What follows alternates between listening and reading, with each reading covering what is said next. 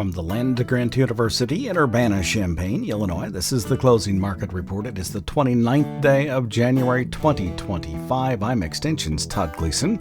Coming up, we'll talk about the commodity markets with Greg Johnson. He's from Total Grain Marketing. That's the FS Elevator located here in Champaign County, Illinois. And then we'll take a look at the weather forecast for the planet. We'll do that in the growing regions of South America and here in the United States for the wheat crop, too, with Drew Lerner at World Weather Incorporated in Kansas City. We're celebrating 40 years of the Closing Market Report, 10,000 episodes and 30,000 interviews. Todd Gleason services are made available to WILL by University of Illinois Extension. March corn for the day settled at $4.97, up 11 3/4. May at 507 1/2, 11 1/2 higher. In December futures, $4.66 3/4, 5 3/4 higher. March soybeans $10.60 1/2, up 15 1/2. The May at 10.75 1/4, 15 3/4 higher. And November at 10.63 1/2, up 16 cents. Bean meal futures up $8.20. The bean oil at 44.97, down 16 cents on the afternoon. The hard red winter wheat at 5.80 1/4, up 19 1/4. The soft red at 5.62 1/2, up 17 1/4 cents for the day. Greg Johnson from TGM, that's Total Grain Marketing, the FS Grain Elevator here in Champaign County, now joins us to take a look at the marketplace. Hi, Greg. Thanks for being with us. It looks like beans have decided they might want to go higher again. Well, we've had a little bit drier forecast for Argentina. The forecast kind of flip-flops back and forth. At one point last week, we thought that there was going to be a little bit more rain in the forecast, but now the forecast this morning says they've kind of returned to a drier pattern, and there's a long ways to go. The beans just got planted, so it's not a critical pod setting or pod filling stage yet. That's still a month and a half, 2 months away. But the trend is what's concerning, and the trend is that we're just in a dry pattern down there, and then that's got the traders a little concerned about if it stays this way. Then obviously that would and could reduce the Argentine crop, and so then the question becomes: is the Brazil crop good enough to offset the decline in the Argentine bean crop? In the midst of a drought, the farmer always says to himself, if only I had soybeans to sell, that would be a good deal. Oh, wait a second. We're in the Northern Hemisphere. We do have soybeans to sell. What are you telling producers when they call? And are they considering additional sales at this point? Well, most of the farmers are, been to several meetings and we've kind of taken a census of the room, and it feels like farmers are in that 65 to 75% sold category on both old crop corn and old crop beans. So they still have some bushels left to sell, but with the dry weather down there and with our own weather to worry about this summer, it feels like they've pulled back on the selling stick for a little bit, waiting to see what happens. The funds have been big buyers, and that makes the market look good. Yes, we have the Trump potential tariffs that could be announced as early as Saturday, February 1st. But right now, I think the weather has trumped that, and the fact that they're pretty heavily sold as opposed to the last couple of years. I think they feel like they've gotten enough sold, and they don't want to get too far out over their skis until we know a little bit more information about South America and the tariffs and how many acres that we may plant ourselves here in the U.S. this spring.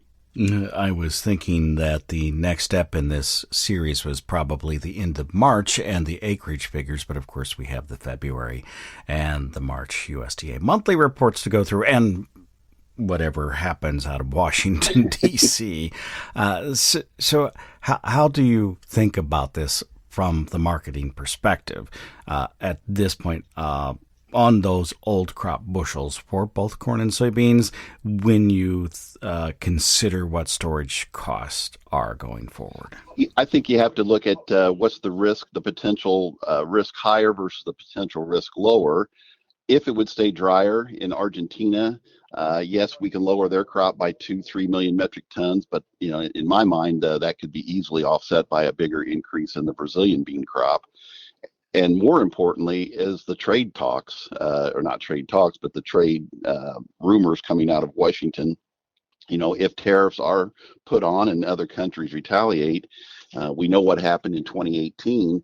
And so I think there's quite a bit of potential downside in soybeans. So if I'm holding on to old crop beans, I guess I have to take that into account that if I don't sell those beans and we do get some tariff announcements, that beans could drop quite a bit. We're up over $1.25 from where we were at harvest time. So, how much more do we want to hold on to? How much more do we think is in this market without severe weather problems? I think, like I say, there's probably more downside than upside, and I would encourage farmers to probably keep on selling into this rally. Last week when we were talking, and maybe the week before as well, you were talking on corn about making some additional sales, particularly of new crop, actually the first set of sales for new crop. We're still at that place. Have things changed enough in 2 weeks that if you didn't make them, you would or would not make them now? I still would make that first sale 20%. I mean, realizing that there's still 80% left to sell.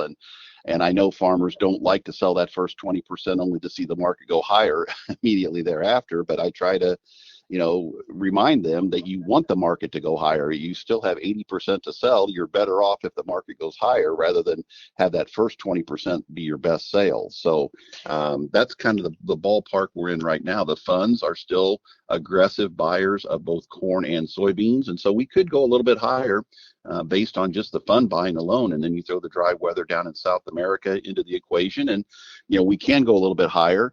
We don't know how many acres of corn we're going to plant. We get a number from the USDA on March 31st. We might start getting some private estimates when we get the Ag Outlook Forum in February. So we might get some indications, but, we really do need, at least 92.5 million acres. And, with the rally, maybe we'll get a little bit more than that, but nobody knows for sure. So with all this uncertainty, we could go a little bit higher. So I guess I'm willing to be patient as far as making any additional new crop corn sales. But if you haven't made any, I don't think this is a bad place to get that first 20% sold and then wait and see what happens with the acreage as we go on and see what the South American weather is going to be, because Brazil is just now starting to harvest beans.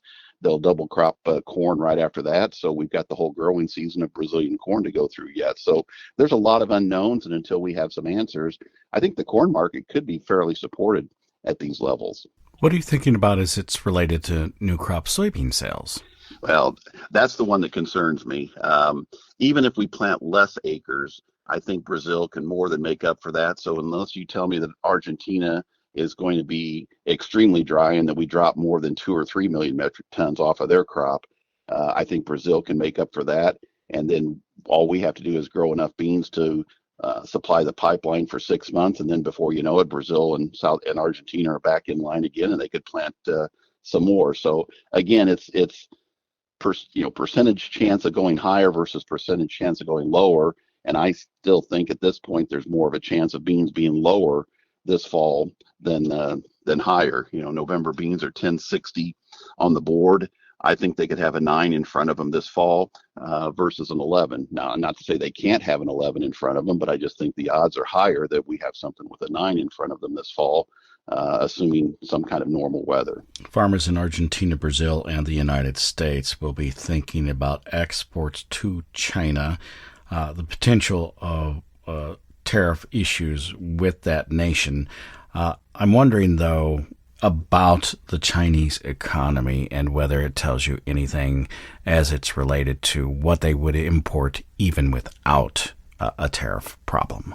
Well, I think they've invested in the South American infrastructure. I think they're planning to buy as many beans from Brazil and Argentina as they can.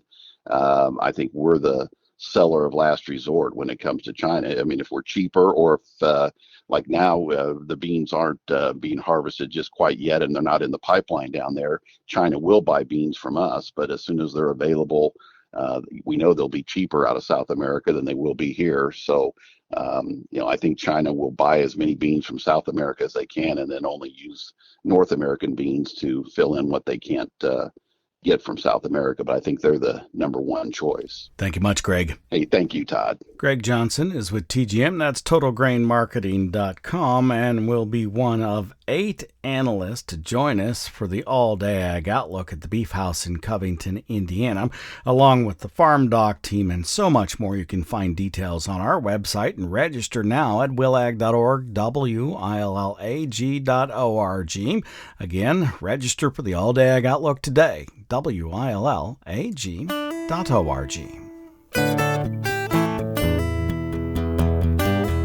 Last night, University of Illinois Extension hosted an event kicking off the Everything Local Conference taking place in Springfield this week.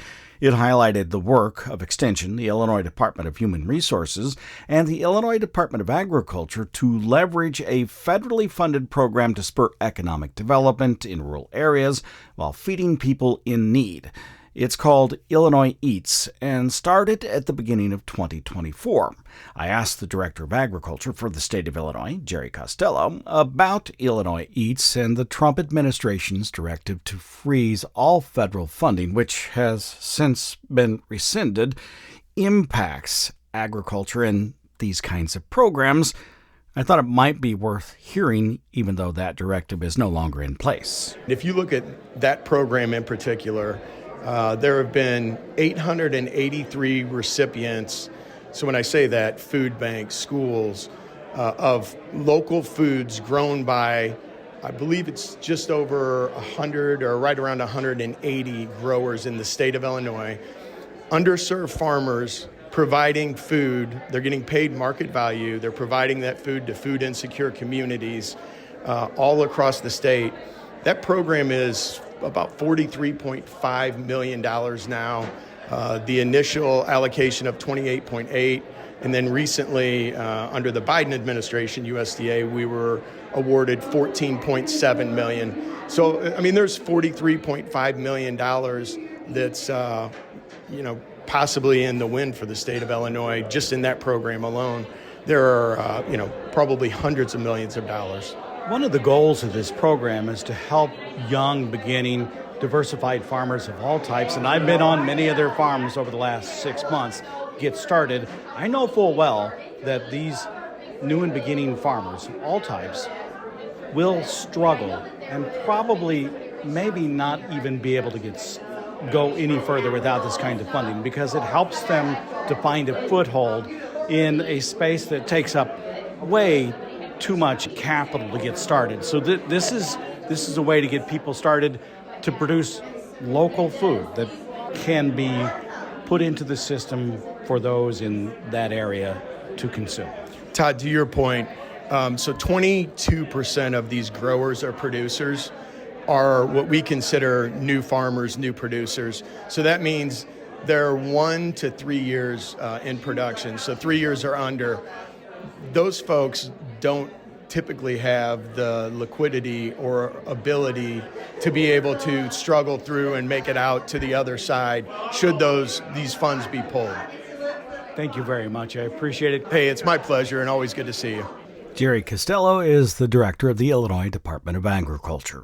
President Trump's OMB guidance freeze on federal funding assistance, now rescinded, may have pulled Illinois Eats funding because it's not direct to individuals, but rather delivered via partner organizations.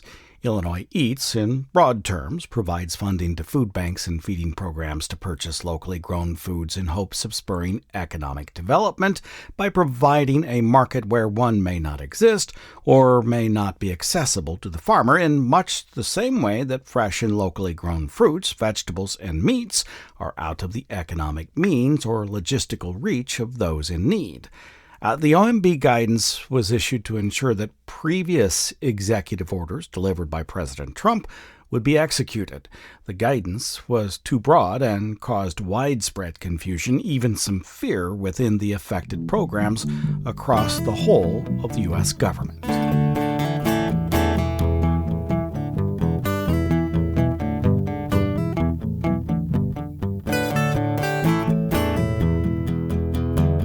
Let's turn our attention to the growing regions across the planet. We're now joined by Drew Lerner to explore them.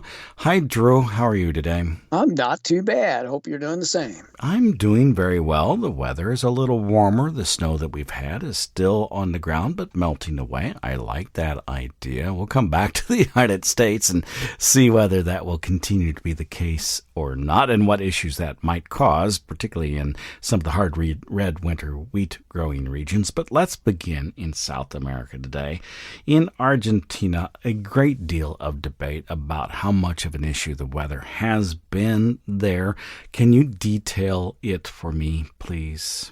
Absolutely. It's been the talk of the town for the last 2 or 3 weeks. But when you go back and you look at the data, we've only really been dry for 2 weeks.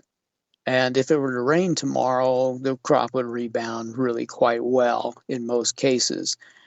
There have been periodic showers and thunderstorms in this past week in particular that have been pretty impressive. I think a small part of northeastern La Pampa and southern Cordoba and northwestern Buenos Aires, they all had, at least some of that region had multiple inches of rain. Well, that's part of the most important production area. And Cordoba in general has done well throughout most of the growing season. It's really the rest of the country that has had a little bit more dryness than what they want. And when you step back and you look at the vegetative health index, you can see that we really didn't start deteriorating the crop condition until the second week in January. So here we are at the end of January. We are seeing some stress showing up in the imagery, but it takes a little bit longer time to really hurt that crop in a big way. Now, we have shaved off some yield. I don't have much doubt about that. And I do think that we have some struggles still yet ahead. This next week is going to be quite dry. As we get into the second week of the forecast, I think we'll start seeing a little bit more shower and thunderstorm activity once again. And at the moment, it looks like that's probably going to be more central and north. So we're going to still have some problems going on in the south. The bottom line is, it's going to be a smaller crop. It's nowhere near the disastrous crops that we saw in the early 2020s when we had that multi-year La Nina that was really a strong La Nina. This one is borderline at best. And so I really can't get too excited about a real serious problem, but we'll continue to monitor it, because if we miss rain for the next few weeks and it gets hot, obviously everything changes.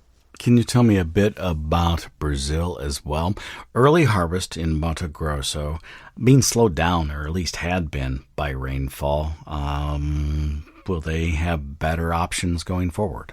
Yes and no. First no, then yes, I guess is what I should have said. We've had 5 or 6, actually 6 days, I think now, of halfway decent weather. The precipitation has been less wet, and we have had enough warmth and sunshine in between a few showers that the ground is firming up. Now, the rumor is that the early soybeans, are just not mature yet, and that's coming up here in the next week and a half or so. And if that's the case, then it wouldn't matter if it quit raining yesterday or, in 2 or 3 days, the crop still needs some time to finish. Now, there are a few crops that are done and they are harvesting, but it's a very small proportion so far. It looks like we're going to have some rainy weather from tomorrow all the way through Tuesday of next week. Some pretty healthy amounts of rain. It'll be the first time they've had substantial rains in center west Brazil in almost a week. So it'll be a setback, but not the end of the world. Now, immediately after that, we are expecting to see at least 7 days of drier biased weather again. And this time, instead of just being in center west, it's going to be in the center south crop areas as well. And if it's true that most of these crops are just going to be getting ready to fully be mature in another week to 10 days, then the weather is going to change at just the right time, and they should be able to get those beans out pretty quickly, and then safrinha corn will go in pretty quick afterwards. And besides all of that, the safrinha corn crop will have a chance for getting a little bit of late season shower activity in late April. I do think that the monsoon season is not going to pull out early for sure, and probably will be just a tad bit late. So I think we can expect maybe some trouble, but it's not going to be any big disaster either. Here in the United States, what are your expectations for the hard red winter wheat crop and how it's made its way through the winter season? There's been a lot of debate in this past couple of weeks as to whether or not we did serious damage to that crop from the bitter cold that evolved a week or so ago. And I think the crop, even besides the cold, there was some chatter out there about not enough precipitation occurring too, but I've always been in a disagreement with that because of the fact that we did get good moisture in November, and that turned out to be extremely well timed for the crop to be well established. So the drying that occurred in December and early January and even now, in my opinion, isn't a big issue because the crop did turn dormant after establishing well. Now the cold we had a week or so ago was pretty punishing.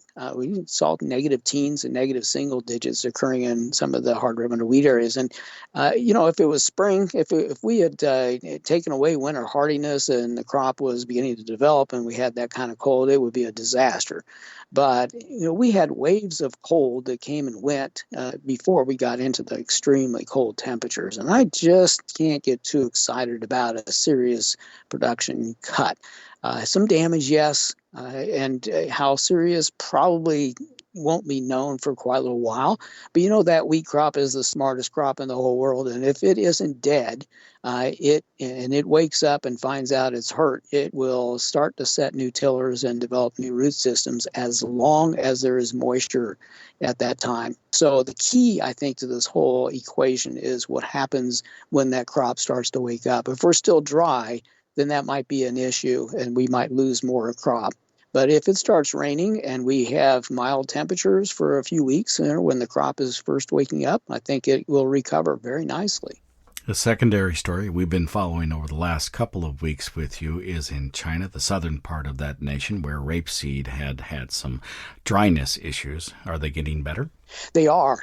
Since we talked last week, there was a nice rain event that occurred over the weekend, and we saw some 1.5 to 1.5 inch rains and some local totals getting up close to 2 inches, and right in the heart of their rapeseed production area. That doesn't put their moisture profile back to normal, but it certainly moistens the topsoil so that when the crop tries to wake up a little later in February, there will be moisture for it to use. Now, in addition to that, there are 2 more opportunities for rain. One will be coming up here at the end of this week, going into the weekend, and another one during midweek next week. And if both of those events occur as advertised, they will be sitting pretty, at least for a while. Thank you much. I appreciate it. You bet. Have a good day. You too. Drew Lerner is with World Weather Incorporated in Kansas City. Joined us on this Wednesday edition of the Closing Market Report that came to you from Illinois Public Media. Find us online at willag.org, where right now today you can register for our March 4, that's a Tuesday, all-day ag outlook at the Beef House in Covington, Indiana.